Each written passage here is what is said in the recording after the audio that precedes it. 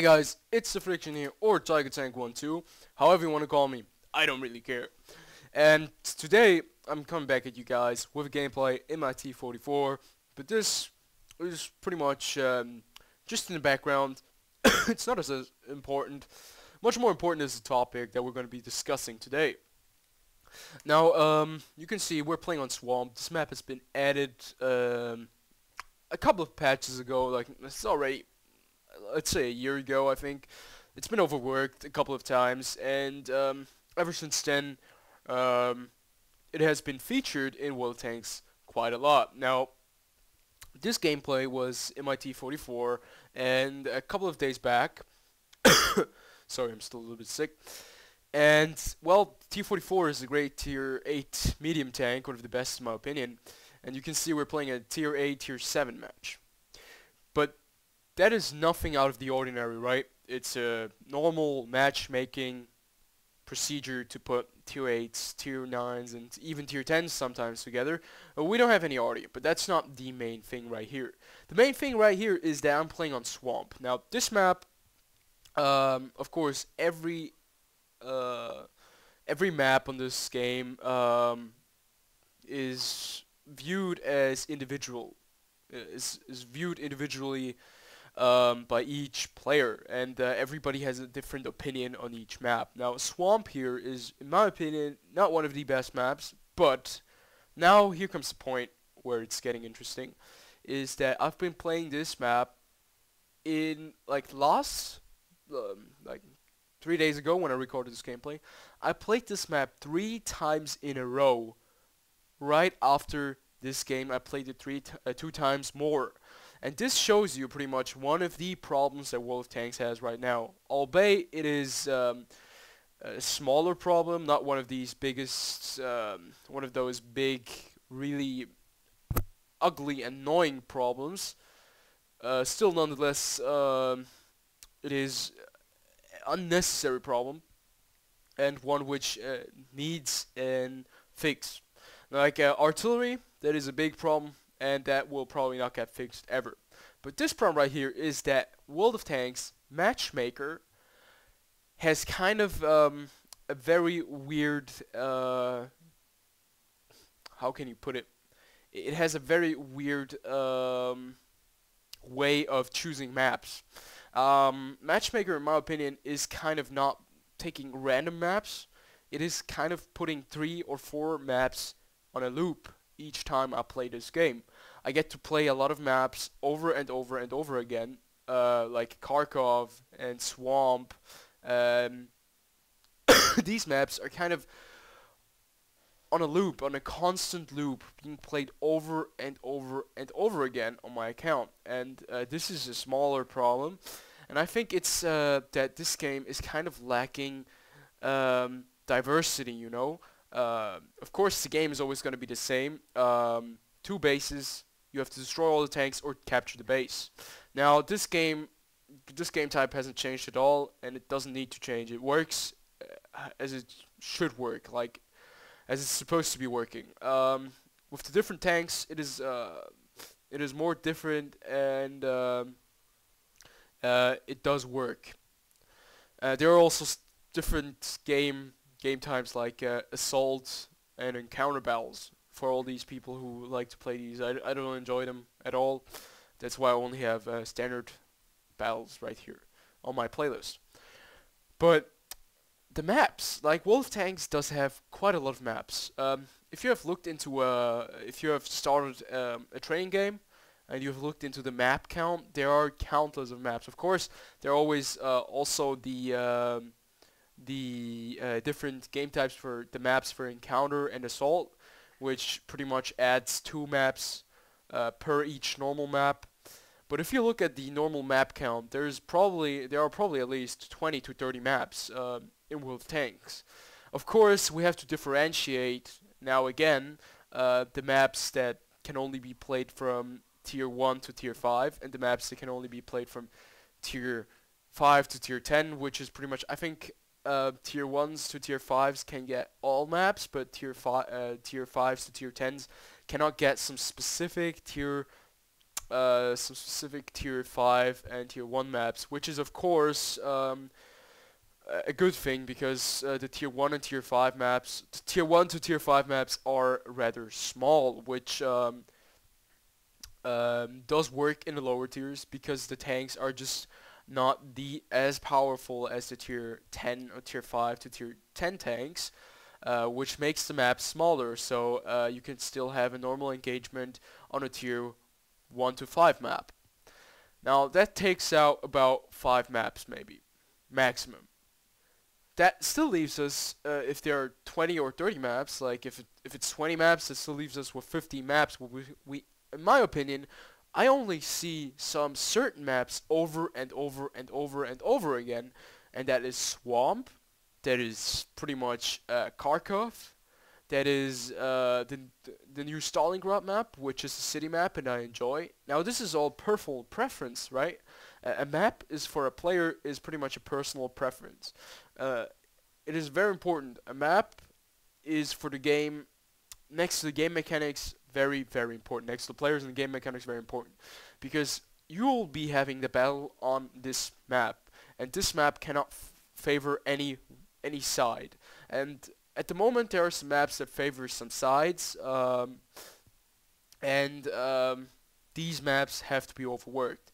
Now, it is very hard to find the perfect optimum for a map, because if you look at the game, you'll need a map that has some places where you can have battles, like a city place where heavy tanks can be. You'll need to have some fieldish kind of things, or some area where you can flank around with medium tanks. You'll need to have some alleyways, you know, you have to have two sides on the map that can be pushed by either direction with no favoritism to one of the sides, and all that stuff. Sometimes the map has to be open for artillery to be able to, like there have to be some open spaces for artillery to be able to take out the other tanks. And there is a lot of criteria that a map has to meet. Now this is why making maps is quite difficult, for me at least. You have to keep all these things in mind, and you cannot, if you leave out one of these aspects, like if you leave out a flanking route for the medium tanks, there's going to be a stalemate. It's going to be a huge World War I scenario. Two tanks, like two sides opposite of each other, and it's just going to be a huge mess, like people sitting and camping there and firing at each other from distances, and then trying to move up, and while the other team's just waiting, the one team that's pushing gets decimated, or just the team with the more tanks that pushes that one specific line wins the battle. Now this is very important. Map design is not easy. It's a rather hard thing to do, and to make a perfect, awesome, balanced map, well, it takes a lot of skill, a lot of time, and a lot of testing. Now, I gotta give props to Wargaming. They have a lot of maps. The maps usually work, and there is diversity in them. But the problem is that we do not get to play these maps because we get some certain maps on a loop. Now, there are a couple of ideas that popped into my head. One of them being that, well, why don't we get as many city maps as we do get open-sided maps? Well, first of all, there are not as many city maps. Ruinberg, Kharkov, Stalingrad, and Himmelsdorf come right up to my mind. I know there's some more, but on the other side, there are huge other maps that are open, like this one, Swamp, Desert, Sand River, all that good stuff, you know. Good stuff. That was a little bit sarcastic. There's a reason to that, because artillery maybe cannot. That is my thought. That artillery cannot function on these closed city maps. So you're taking out one vehicle out of the game, the entire game, which is pretty much useless to that one round. That's why maybe city maps are not being chosen as often as open field maps like this one. Right here you can see the T-30 just flanked around, and this is where we lost the game. But that is unimportant.